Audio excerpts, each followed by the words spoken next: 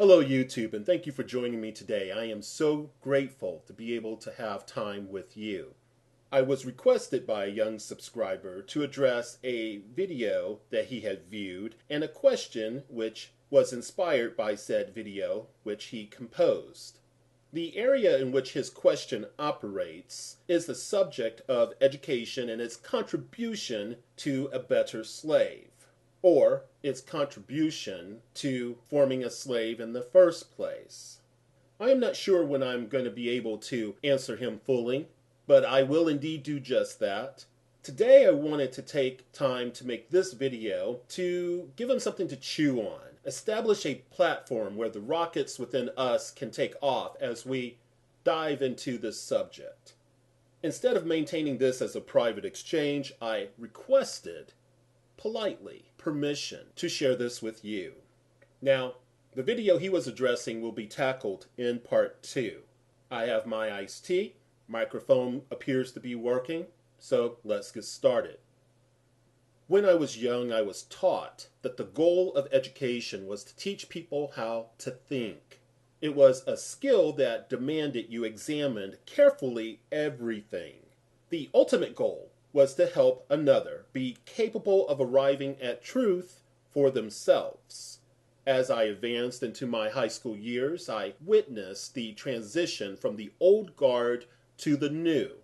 The new group of teachers, not educators, were concerned with dictating to you what to think.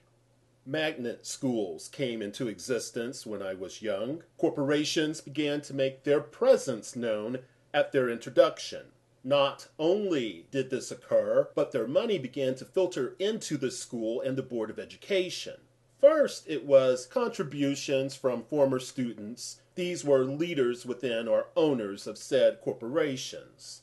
Then things began to come into focus. They wanted a say in how the students were instructed, under the guise that they had a vested interest in acquiring good replacement stock, thereby ensuring the positive development of their company. As time passed, it was clear that by route of their influence, capital, and power, they set the educational agenda. This reality made it clear to me there was more to this than what was said. Now I'm going to jump in a totally different direction. Stay with me. Did you guys know that I am an avid chess student? Well, I am. I love chess. It's great. I think it's just wonderful. During my sophomore year, in my search for perfecting my middle game, which I never did, I found myself asking questions. I belonged to a chess club that was sponsored by my school. I used to pit myself against many different people, but one of my favorite competitors was an instructor from my school. He was cunning, quiet, and exhibited a penetrating intellect. He was also known as being very odd, with fellow teachers that is, because he was what some would claim excessively true. He had what appeared to be no ability to entertain pretense, and I really enjoy that in a person, and I don't know many people like that. Also, for the record, he was a white male.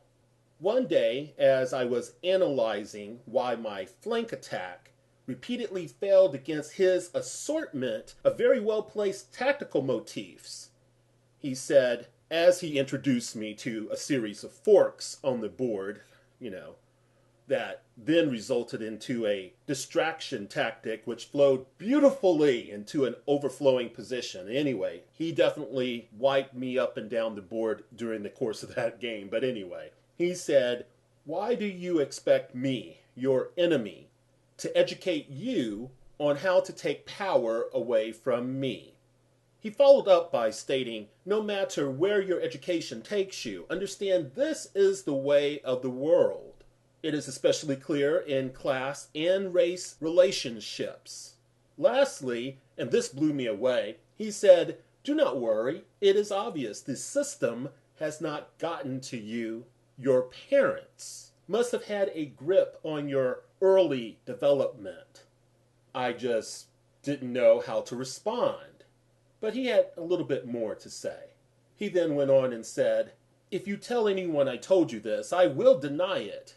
Now, I thought that was odd, but like I said, he was sort of an odd type of guy. Many years later, though, this experience came back to me, and I would think about the things that he said. And then later, much later, I understood why he said what he said.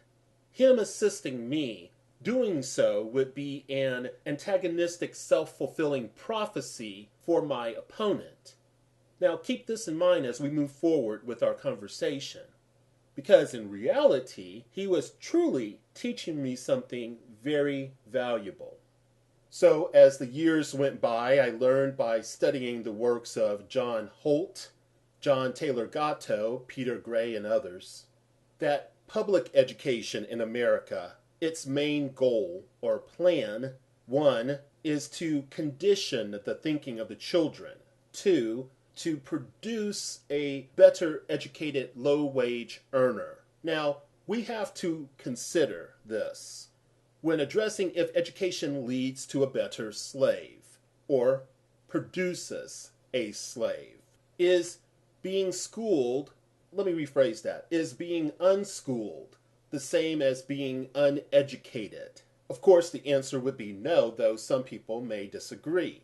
Yet, we have been conditioned to believe that success within the Western world should be dependent upon schooling. Now, let's jump into a totally different time period, and let's address our good buddy Abe, Mr. Lincoln.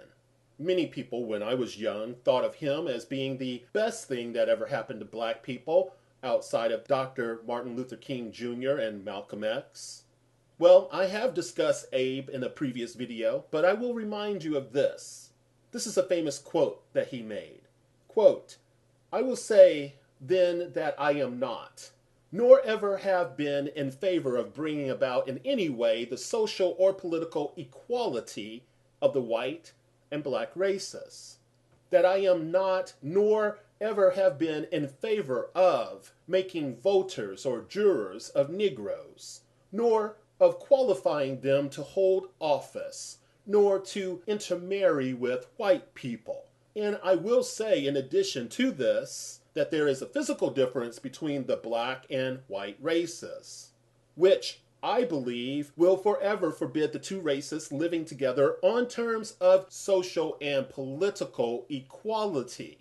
And inasmuch as they cannot so live, why they do remain together, there must be the position of superior and inferior. And I, as much as any other man, am in favor of having the superior position assigned to the white race." When I first read those words, it floored me. It destroyed my image of who this man was. I quickly committed it to memory. I must have said this quote well over 400 times, no joking, when discussing various prominent men throughout history. This said, we must realize this attitude has not gone away. Remember, just because rule of law has been altered does not mean attitudes have or personal agendas. I am willing to claim that in many areas of white America, part if not all of Abe's worldview is still in the forefront of many people's mind. They still cling to that. This here is a great demonstration of white domination mentality. I refuse the thought of white supremacy, so I have substituted the word domination for supremacy. Do you really think educators are not influenced by powerful people? Do you think they are exempt of biases and fear? Do you not think that rational discrimination has not affected some within the classroom? Surely, they can be racially bigoted or just plain racist. How about their superiors and their influence upon them? Now, remember this is just an appetizer for a future video.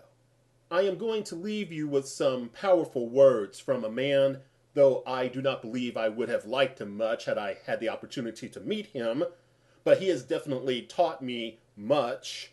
His name is H.L. Mencken. His writings are amazing and highly insightful. He wrote in the American Mercury, April of 1924. Within that publication, he stated, quote, "The aim of public education is not to fill the young of the species with knowledge and awaken their intelligence. Nothing could be further from the truth. The aim is simply to reduce as many individuals as possible to the same safe level, to breed and train a standardized citizenry to put down dissent and originality." End quote. Think what you will, but this is not him simply engaging in hyperbolic sarcasm.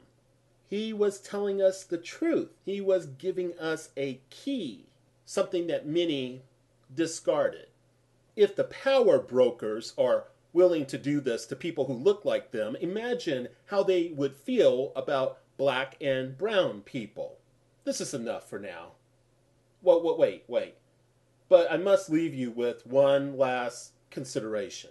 My studies have shown me that black people, unlike during the times of the Industrial Revolution, etc., are not necessarily needed as low-wage earners in America any longer. We have brown brothers and sisters, though many may reject us. They are still being substituted and they are being used by replacing us, though some of them do not understand that they are in a similar boat. Nevertheless, some of them are pawns via the road of illegal immigration. Indeed, we have arrived as being, and I'm speaking of black people now, arrived as being considered America's primary useless eaters. If industry, social engineering, and the likes have always had significant influence over education, do you not think what I have shared would not impact black people? Not only that, but in a more devastating manner compared to our white counterparts. Just remember, in the face of all that was shared with you today, we still have the ability to make lemonade from lemons. Peace.